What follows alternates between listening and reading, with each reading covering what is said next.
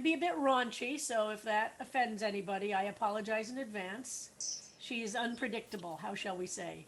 I love her. She's Open. friends with me. Oh, She's I the love her great. too. I She's the love her greatest. too. She So opens Harold, the are you Oh, look, putting on Harold your is getting black ready. tie? Thank Harold you, is He's putting ready. Harold. on a black Can tie. never be too soon. So, but talking about being ready, I actually have to do the Zoom for a funeral at 11. So it's all arranged. I'm going to slip out the back door at about 10:30 or so. The funeral is for, I'm just putting a link. I don't know this gentleman, but Ted Mann, who seems to have been very, very influential in Yes. the Jewish world. So his funeral is on Zoom. Uh-huh. And uh, so, Rabbi, just to confirm, I do want to, Margot Cates points out, and absolutely true. Yesterday we passed 300,000 deaths in the US. And as everybody says, for the next 3 to maybe even 6 months, we're going to be at 3,000 deaths a day. So while there was good news yesterday, I didn't mean this to say there wasn't bad news. It's just been exclusively bad news so many days. But I don't mean to say that we're out of the woods or that there isn't terrible sickness and death happening. It's going to be, 3 to 9 months of continuing levels of death rates that are pretty terrible and all right. infection rates. And with that, But you're all just so used to hearing me be very gloomy. I thought it would be a change of pace to be. Ira has some fascinating material this morning, and he is pointing out to me that it is time and he is raring to go. Ira, take it away. good morning, everybody. Good morning. So because this week is Hanukkah, I decided that my offerings today and tomorrow would be related to the holiday. And for our playing this morning, I'm going to be showing you or playing for you a version of Psalm 15 by Benedetto Marcello, who was a Venetian Baroque composer, contemporary of Bach, Handel, and Vivaldi. And you probably know that Venice was a real mecca of music in the Baroque era.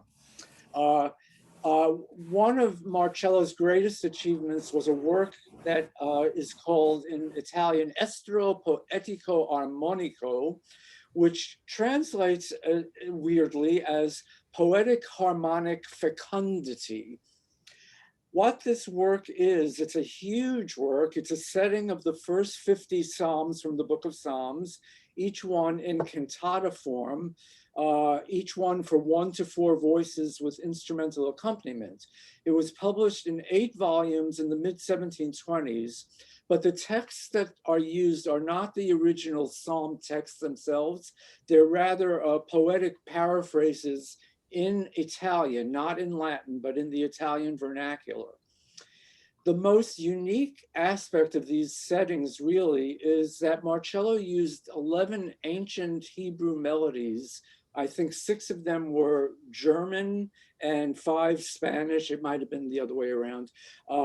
Marcello, who I have to say was not Jewish, he transcribed these melodies from various Venetian synagogues, and he used these melodies as the basis for portions of his works. So these transcriptions of these melodies are some of the earliest known notated sources of Jewish music. And in Marcello's original manuscripts, the melodies appear, and you'll see this when we listen in the video. The melodies, he put the melodies right above the sections of the works that were based on them. And you'll see that the musical notes, rather than going from left to right, go from right to left because they also have the Hebrew words underneath them.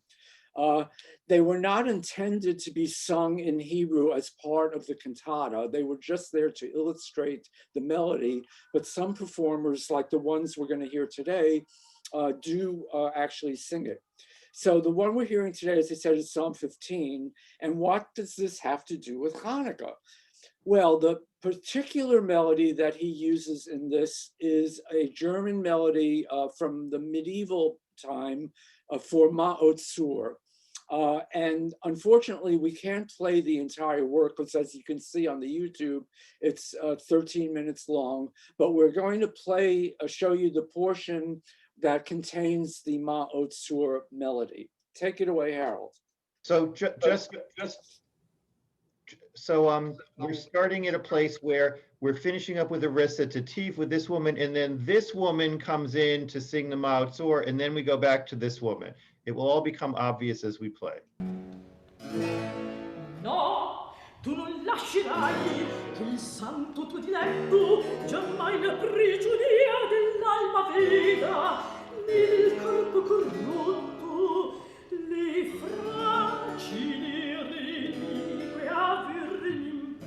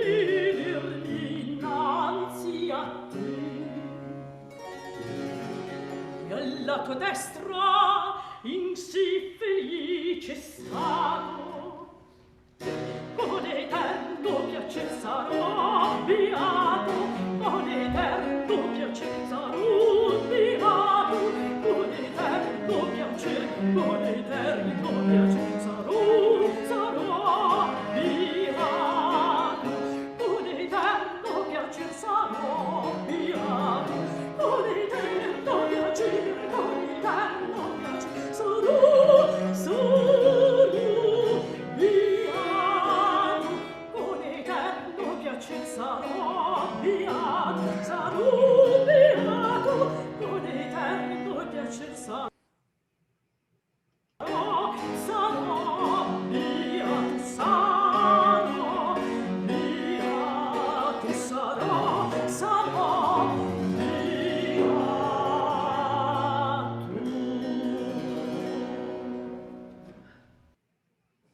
Wow, fabulous! And some of you might recognize that Ma'atzor was sung by the chorus in the virtual choir that we premiered Friday night.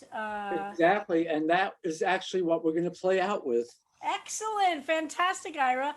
Now is that a lyre? As I'm trying to learn about the stringed instruments, what he was playing that looks kind of like an oud or a lyre or a. Oh, it was a lute. That's a lute. It's a lute. All right, Yes. Thank you. So I'm learning about these instruments from. And I have to say, I searched high and low to look for the translation of the Italian so that we could know what the hell she was singing, but I could not find it anywhere. Well, it sounded gorgeous. Really gorgeous. So Ira and I had a conversation about an hour yesterday. There is what we call the Benedetto Marcello wormhole that you can go down in Wikipedia, and there's a PDF, and there are recordings. It is beautiful music. So Ira, you can post on Facebook anything you want to share further about Benedetto Marcello. Yes, and everybody can assume that I will always post the Thank you, YouTube. Ira. And it should be said that his writing is considered some of the earliest Jewish music we have, or settings for Jewish music. He wasn't Jewish himself, but it's earliest music that we have of any settings of liturgical music in a Jewish setting. But he was a great instrumental composer and is too often overshadowed by Antonio Vivaldi. But a really wonderful instrumental composer from the Venetian Baroque. And there was synagogue tourism even. There was synagogue tourism even then, where there were reports of non-Jews going to the synagogues to hear music and the prayers. So with that, we have a lot of offerings this morning. Annika Cooper is pulling the strings behind in chat as to who will be reading, but Sarah Sloan. Sarah, I believe is this your first offering? This is my first offering, and it's the first poem I've written since I was required to in high school. For my cousin, Adonai, how long will I have to live in pain? How long will I be punished with agony? I can't take it much longer. I long to feel your presence in my body. Adonai, save me from the depths of despair, which is my enemy. Grant me the ability to feel your nearness. Please don't let others rejoice when despair engulfs me.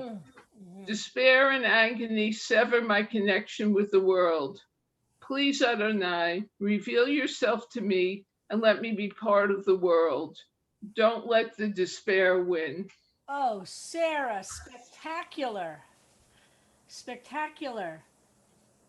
Please don't let others rejoice when despair engulfs me. What a powerful way to see that enemy as the internal. But Sarah, talk to us a little bit about writing this. So this is your first, this is spectacular. Yeah, it's been very frustrating to me that I haven't been able to.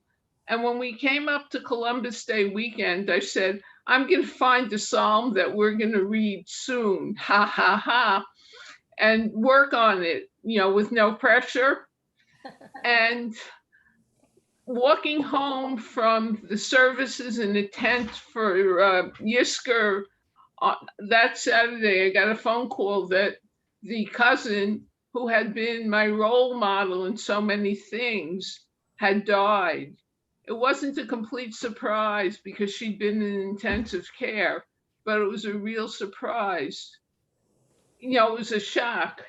And I was already in the Yisker kind of mood.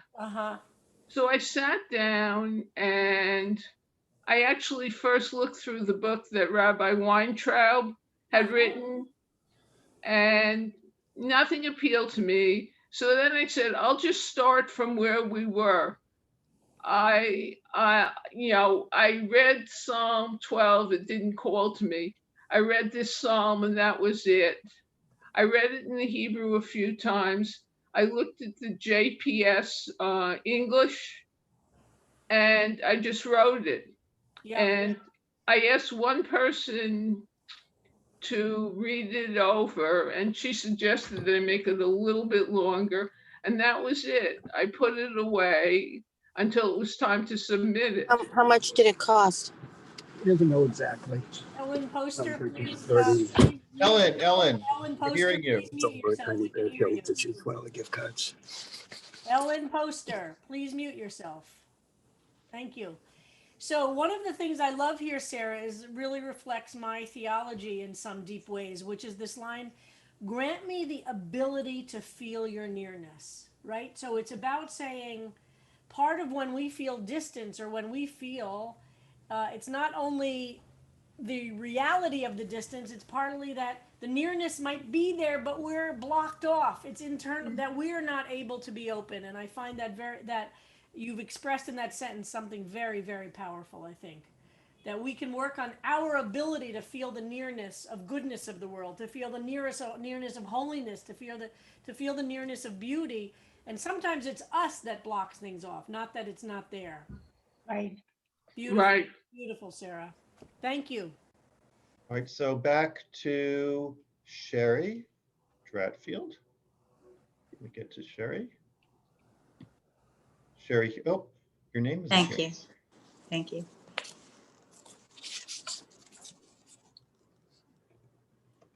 Okay. Dream, inspired by Psalm 13. The field was flat, vast, beyond horizons. I stood in the middle, and low grasses, golden, carpeted all, muffled sound. I was listening for something.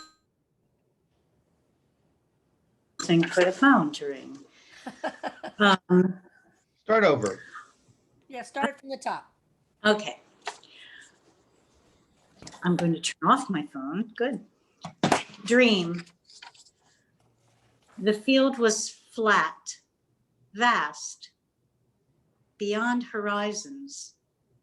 I stood in the middle, and low grasses, golden, carpeted all, muffled sound. I was listening for something. I was alone, desperate to hear. A bird flew by, sang sparrow, shh, shush. I whispered, silence. A frog at my foot rumbled, ribbit, ribbit. A pond appeared. I hissed, shh. The water splashed where the fish leapt. What could I do? Quiet. A dog tore across the field, shouted, bark, bark, bark. Before I could plead, hush. Finally, silence, listen. But no, heartbeats in my chest, thub, thub, thub, thub. I cast a wide glance above, sky, blue, of course. 2 clouds traveling east peered down at me, winked. I heard in my head, no one is alone.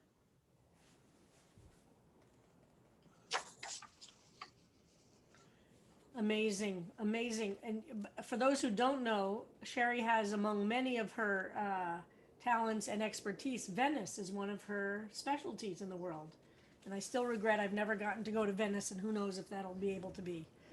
Ay, ay, ay. But anyway, so talk to us, Sherry. Gorgeous, gorgeous, gorgeous. Tell us about this and Psalm 13. Well, you had mentioned, Rabbi, silence biblically as being the absence of God. I think you mentioned that.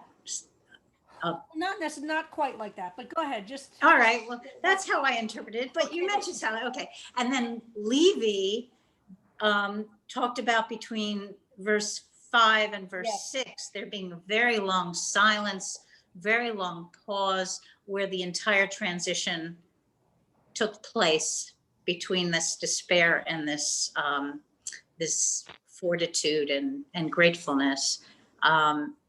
So that played into it, and then I felt that the psalmist felt very alone.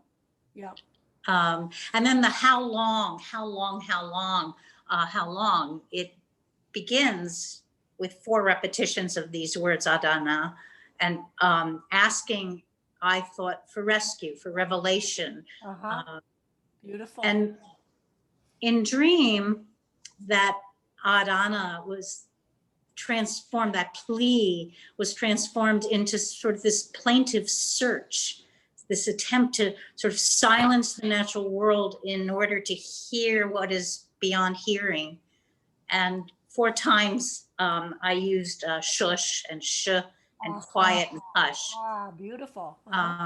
But try as she might, her very heartbeat defeats the attempt. There is no silence.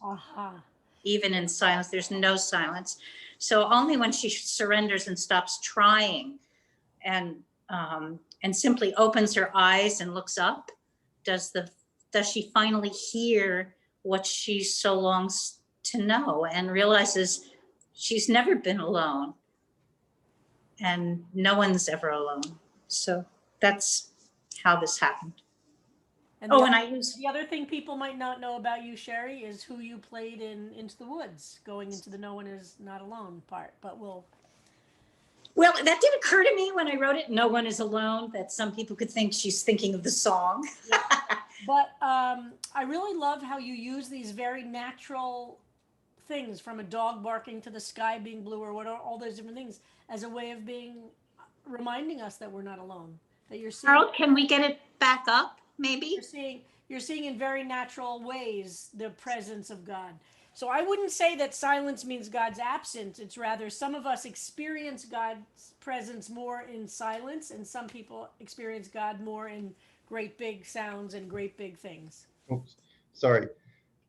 I think we need to move on. Sorry, that's it. But everybody will be getting a copy of all of these written so that they can read them Thank at you, Sherry. their leisure.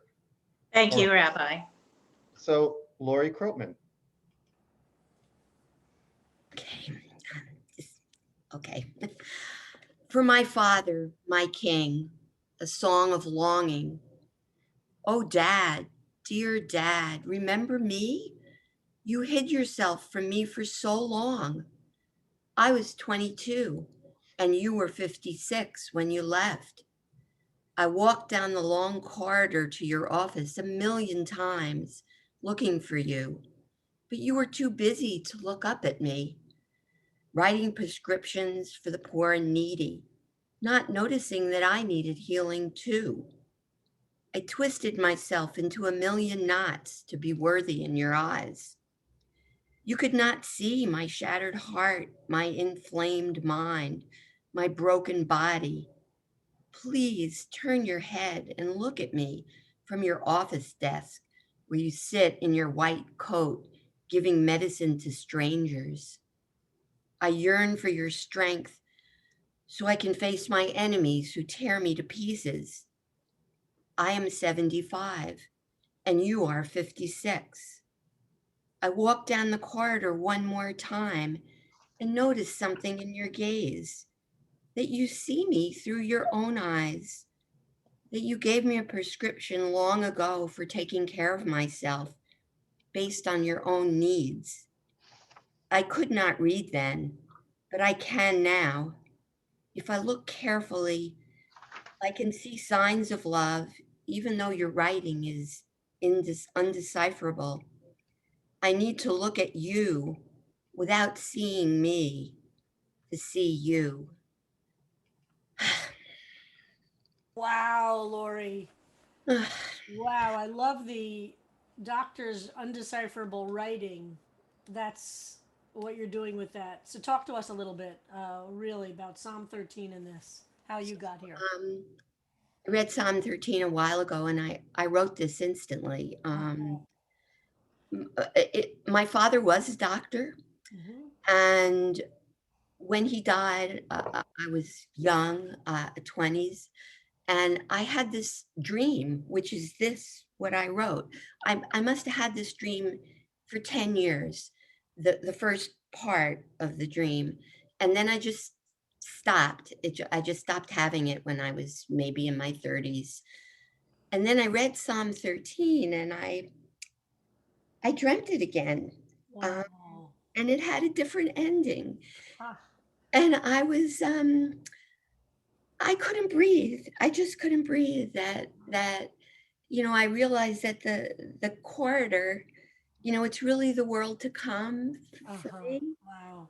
And my father was a doctor, and I need to prepare my body so my soul can take over. And that he was speaking to me, but in his own way. And in order to hear anyone in my life, I can't see them through my eyes. If I see you through me, I can't see you. I have to see you without me being in the way. So that was my Psalm 13. It's very meaningful to me. Wow. What an arc of your life and of your father's life. So powerful. And what a powerful role that the psalm itself, the original Psalm 13, played and you are working this dream and relationship through. And in many ways, it's also, you know, to say your writing is undecipherable, it's also talking about God, right? We can't, because we can't read it, so to speak, doesn't mean it's not there. Because Right. the love is complicated to understand, doesn't mean it's not there. So, wow, very, very powerful, Lori. Thank you. Thank you.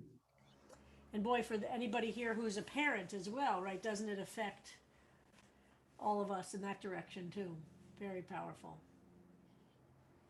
Judy Hollander hopefully is not driving today and can read her No, I'm stuff. sitting. I'm finally sitting. I was on my way to a doctor's appointment. It's okay, Judy. We're just happy you were driving safely. And this is really different from everyone else. The sentiment, I just want to say, the sentiment has been like an earworm. And I adapted it from Psalm 13. Can you hear me? You are muted. Can you hear me? Yes, damn it, speak already. Ad Anna, how long? Ad Anna, how long? Fantastic. Speak to us, Judy. Tell us. Well, I have been extremely irritable. Everyone's sad, lonely, unhappy. I have just been plain irritable. And part of it has to do with some pain in my neck and shoulder, and part of it has to do with the medication that I've been taking in order to mitigate the pain in my body. And then I try to, ask people to just, ignore me for this period of time. And then everybody has to give me solutions for my irritability or things like that. So so instead of helping, I'm becoming more and more irritable. And when I heard this psalm, this Ad Anna, I thought we would have about 100 submissions to this because of that how long that we are all living through. Yeah.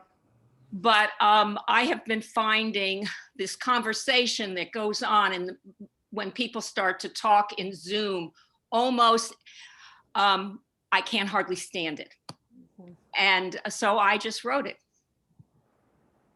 And it's a very here and now, and it has to do with here and now. And it's the only way I saw the psalm. I tried to do something a little bit more different, and I couldn't. This was it.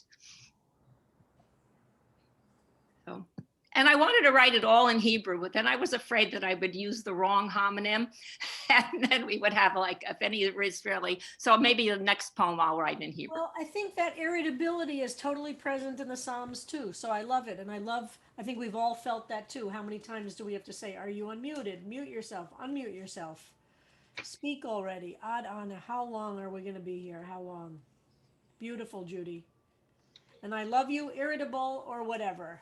Thank you. Yes. Thank you for being here. I am banking on all of that from all of you. I promise you. I'm very grateful for you. You are not the only one. Yeah. How shall we? That's why it's powerful to share it. The irritability is part of what we're living in. Dorothy Leyland is next. A journey through the wilderness. Did you ignore me, God? Who hid their face? I was so sick and angry. Who was the enemy?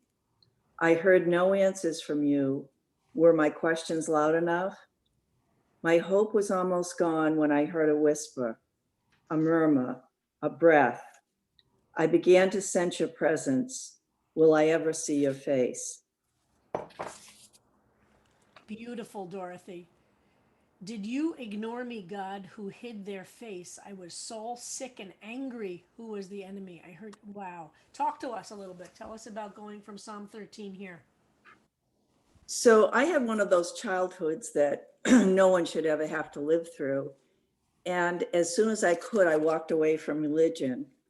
And I'm just in the process of trying to make my way back. So this is what this is about. So, I certainly felt like God didn't see me. God ignored me. And so in this process, earlier in the process, I felt like I was asking questions and not hearing anything. Uh-huh. And then the question changed for me. The question became, instead of where was God? The question really is, where am I in relation to God now? Wow. And so this is, we'll see what the end of the process is. Or there isn't an end.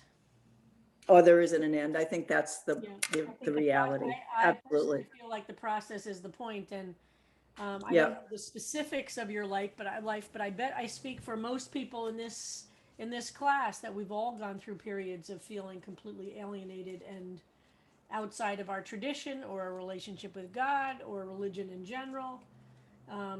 I often say that the most common denominator at CBST is not anything except most of us feel either inauthentic as Jews or feel alienated as Jews or feel like we're not Jewish enough, or we don't do it right, or we don't have the right relationship, or we're not the right kind of Jew, or we're not Jewish at all, or that feeling of not being totally comfortable with the place we're in, I think, is the most common denominator at CBST. So you're in a good place. All right. Beautiful. I'm gonna log off. Tasha's gonna start, and I will be watching from the background, and I will see you all tomorrow. Okay, thank you, Harold. Okay, who's next? Me, Cindy. Okay. I was waiting until it gets on the screen. Yep.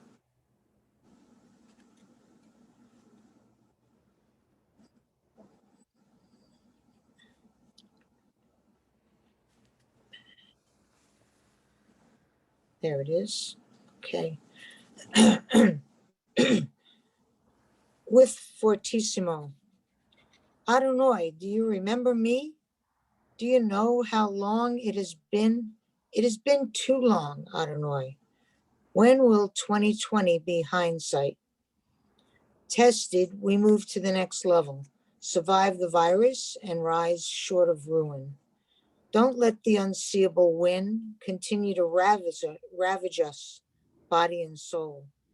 You are watching with your guidance to good decisions and actions so we can hug again. I sing your praises, Adonai. Wow, beautiful. So tell us, so Cindy, talk us, and why Fortissimo? Tell us about that. Well, first I want to just say that I'm usually a visual artist, and that's what I do best, I think. So this is just I just did this pretty quickly, and I don't have access to my stuff right now. So Fortissimo, because I think we're all really feeling like, oh my God, already, please, like, let's move on, and hopefully we can get back to normal life one day. But it doesn't seem so so possible sometimes. And it's like a fortissimo, like, really loudly, please hear us, and help us figure out how to get out of this. Cindy, is this the first poem you've written? No, Because I know you've over, done, oh, this is the first poem for this class. Yeah, 'cause you've done other visual pieces. right. So this is Yeah. the first psalm. Beautiful. Right. Yeah. So So beautiful. it was just pretty, I don't know. It just, I did this the week before when I thought it had to be in right away. I wrote it pretty quickly, and it's just not as complicated as a lot of other offerings, but I just love the simplicity of, with your guidance to good decisions and actions, understanding that partly it's on us. This is not just a natural disaster we're facing, so we can hug again. I mean, such a simple thing we're looking for, right? yeah, right. Beautiful, beautiful. In simplicity, you have great nuance here. Well, thank you. I miss people, Yep. Yep. But I love the fact that you're very conscious. So you're watching, but with your guidance, but it requires good decisions and actions. And it's not just a natural disaster we're facing. Yeah. Thank you, Cindy. Mhm. Beautiful. Thank you.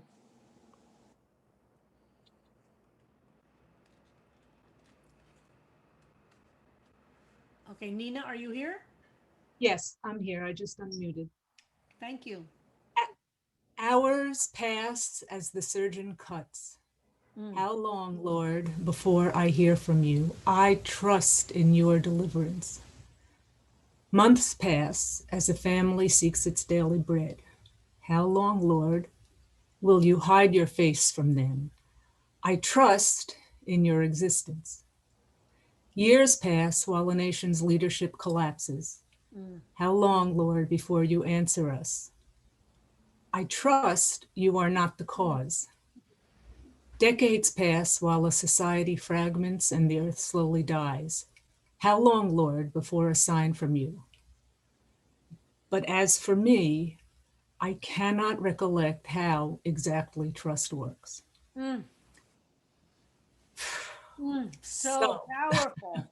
Tell us about it, Nina, and tell us about reading it from Psalm 13. So Psalm 13, at that transition from the despair in the above verses to joyous affirmation of trust and faith in God, there's a punctuation mark. It's that vertical line. I think Harold told us the name of it. And we learned that it signals a pause, an unusually long pause before moving into verse 6. I think Sherry mentioned that in her words as well. So that pause caught my attention. I wondered what was happening in the psalmist's mind during that pause and how long that pause was. Did the psalmist just miss a beat and then continue with his affirmation? Or was it a couple of hours of thought as he grappled before ultimately affirming? Or was it a day? Or was it a lifetime? How long was that pause? It made me wonder about the length of the psalmist's own suffering. And that made me wonder about whether the length of suffering can erode that faith in God's deliverance. So I basically went down a rabbit hole that got really crowded really quickly, and I figured this might be a good time to pick up a pen and start writing. So it moves through my own personal plea when my dad was on the operating table for lung cancer, and it was short and it was fast and it was, he's on that table, save his life. I know you can do it. You know, that was it, which is, I think, a very different kind of suffering than during these pandemic months when there are parents that actually cannot feed their children. And for those people, maybe they're thinking, well, I still believe in you, God. I believe in your existence, but clearly it's been months, you haven't delivered. We'll keep believing, but I don't think I can ask you for deliverance anymore. We've watched the last 4 years and long before that, where our country is victimized by too much money, dark money, the whole schmear. And the best I can say to God is, okay, I know you didn't cause this. You know, I don't think you've done much to fix this. To the very end, you know, that we are tribal. We are not doing unto others as we would have them do unto us. We treat our earth the way no one should ever treat a mother. And that's when finally I just have to recalibrate. You know, I don't not believe in God, but I have to recalibrate and figure out where else deliverance is going to come from. And, you know, that's with help from friends, from family, and not incidentally from this class. So that's the story. It's so powerful to read those lines. And also to see those the number 4 is, you have in the how long, but you also have the I trust in your deliverance, I trust in your existence, I trust you're another cause. But as for me, I cannot recollect how exactly trust works.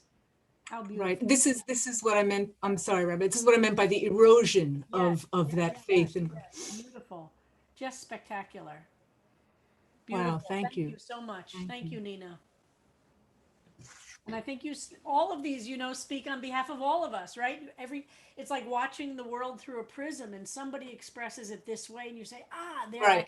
Somebody expresses it that way, you say, there I am. And that, that's the beauty of studying a text together, because we're all getting into it.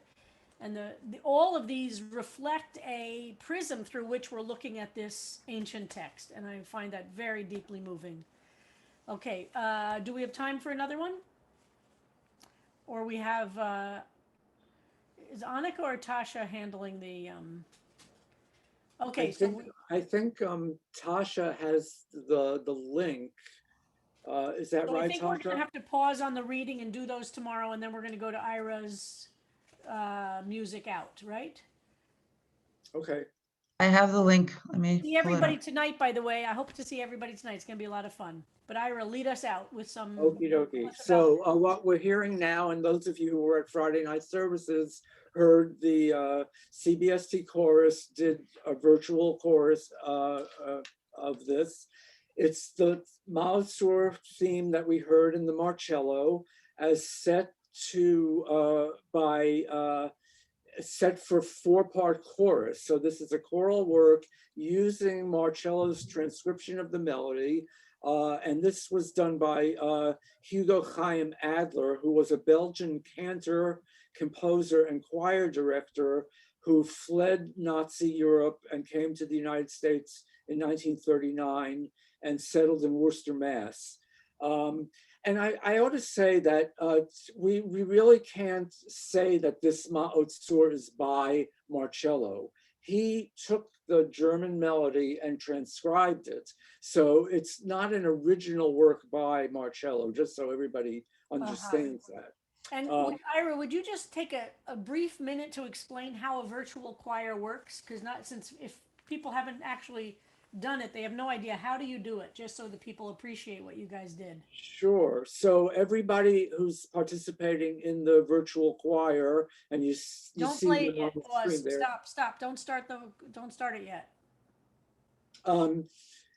Everybody gets a track to have playing in their ear as they're recording their part.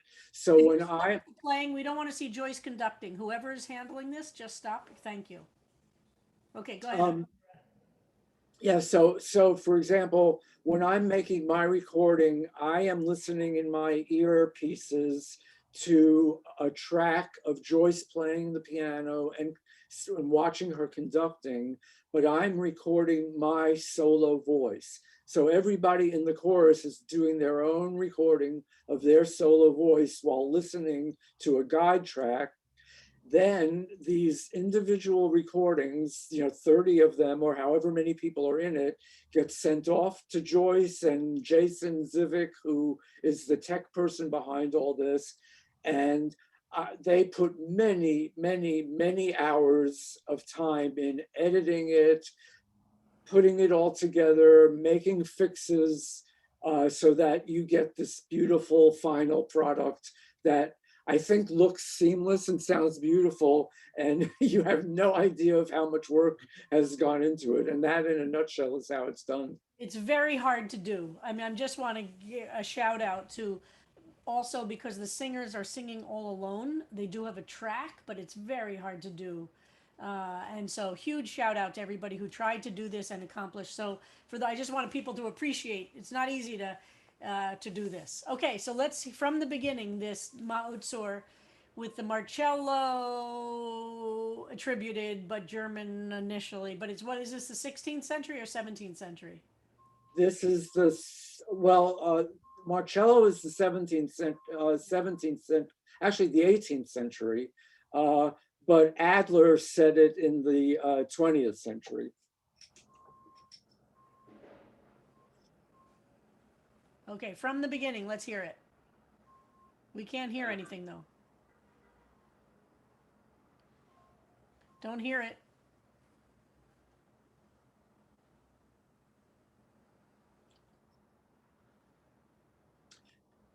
Tasha, I think if you click on the image itself and open it up, then it might play.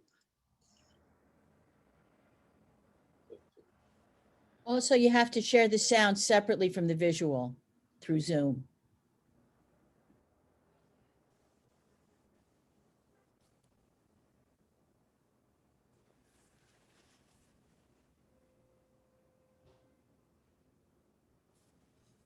Oh, if I were a co-host.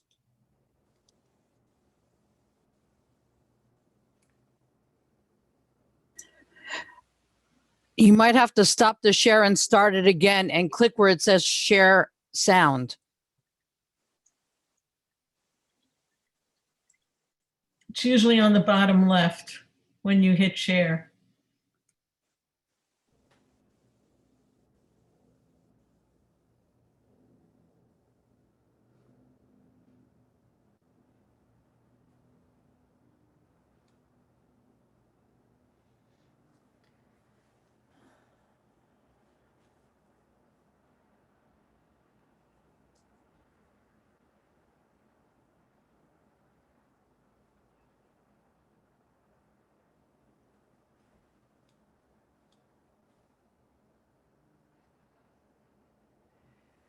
I think I'm going to recommend we wait for tomorrow because I don't want to rush us through it, and it is 10:45. So Tasha, let's wait for unless we have it. Are we ready? Nope.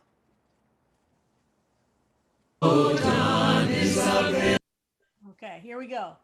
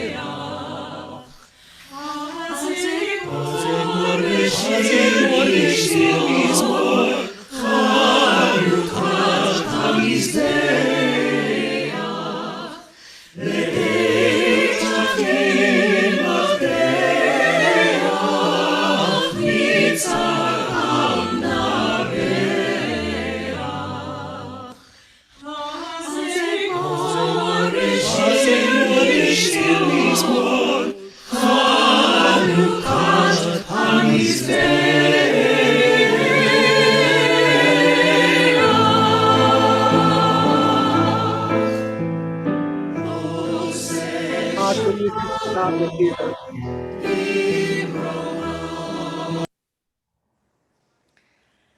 Well, So thank you, that's- everybody. that's Thank you, it. Tasha. I know it's complicated. I can't do it, so I'm glad you figured it out. Thank you, and thank you, Ira, for your beautiful words and for all of your offerings today. And we'll continue tomorrow, and we're going to finish our 13 for offerings tomorrow. Psalm 13 offerings tomorrow. See everybody tonight at the concert.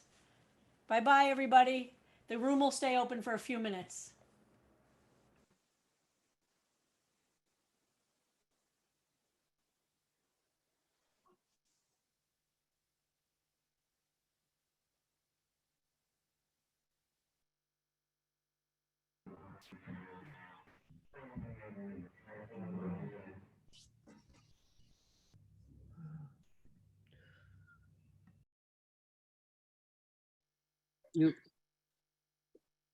Well, that chorus is fabulous. That's what I gotta say.